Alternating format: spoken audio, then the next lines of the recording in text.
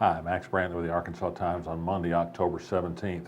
News today, a federal indictment, a 21-count federal indictment against Joseph Boeckmann. He's a former district judge in Wynne, Arkansas, who was forced off the bench last May after a Judicial Discipline and Disability Commission investigation turned up evidence that he'd been trading leniency in his court for favors from young male defendants, posing nude, posing in other suggestive ways. He was removed.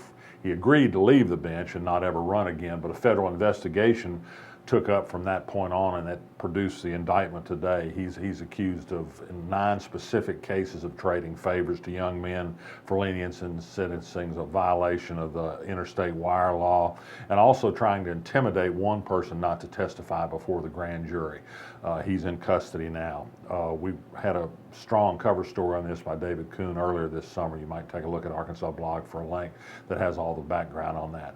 Elsewhere in the news, today no additional women came forward to say that Donald Trump had groped them, kissed them, or barged into the dressing room they were in naked. So I guess that counts as news because the number's up to 9 or 10 by now. The presidential race continues to go in Hillary Clinton's favor. New polling shows her with a 6 to 7 point lead, but you can't be too sure about this, not with WikiLeaks putting out a steady stream of Russian hacked material against Hillary Clinton nearly every day. Most of it not very exciting, but the Trump campaign is doing what it can to use it well.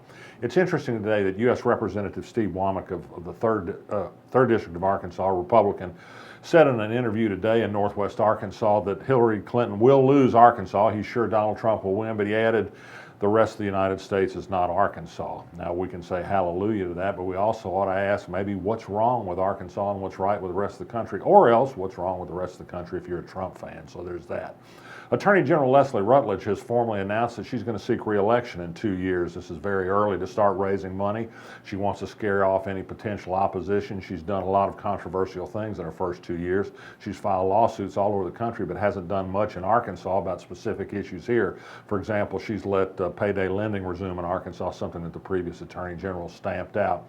Perhaps this means that the rumors are dead that she was seeking to form a steering committee to run for higher office. Perhaps this means she thinks Donald Trump is indeed going to lose the presidential race despite her strong advocacy on cable TV, and she might not get that U.S. Supreme Court nomination she thought she might get. Really, she really thought that, believe it or not.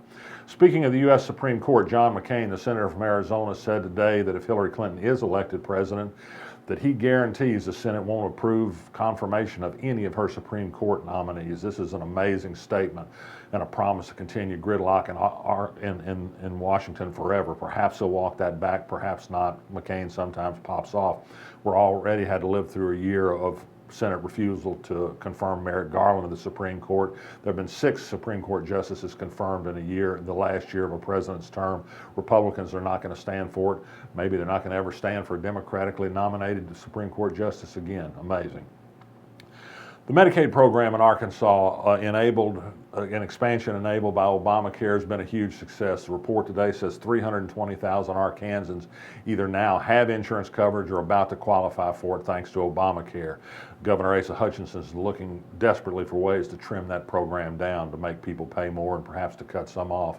But for now, there's 1/3 Arkansans are mighty happy about Obamacare. Elsewhere, the Human Rights Campaign today released its annual study of the Metropolitan Equality Index. That is a study of how the 500 biggest cities and capital cities and university cities in the United States do in providing equal treatment to LGBT people. Arkansas had 8 cities that were studied. We didn't do too well. Only 2 cities, Fayetteville and Eureka Springs, scored above the median average for all cities in the United States. And they weren't that high, although they're by far out there in terms of providing some measure of protection for LGBT people in Arkansas.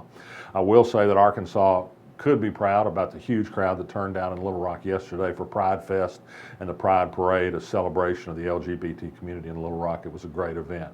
And finally, that old Broadway bridge, it just keeps on a standing. They tried to blow up the concrete arches Saturday in a controlled demolition, and a couple of concrete arches just wouldn't give. They had to bring in some pulverizers to knock them down. The Arkansas Blog also learned today that the Highway Department gave it 2 extra days to the contracting firm that's got a 6-month window to knock this bridge down, or else it's going to pay penalties for not getting the work done and replaced.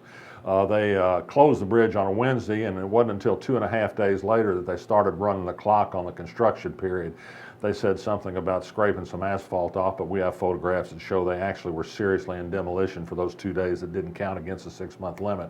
The reader that called us to our attention says this math reminds him a little bit of the math they've been putting out about that Interstate 30 project to build a concrete gulch through the middle of Little Rock. I'll let you decide. I'm Max Brantley. I'll be back tomorrow. There we go. There we go.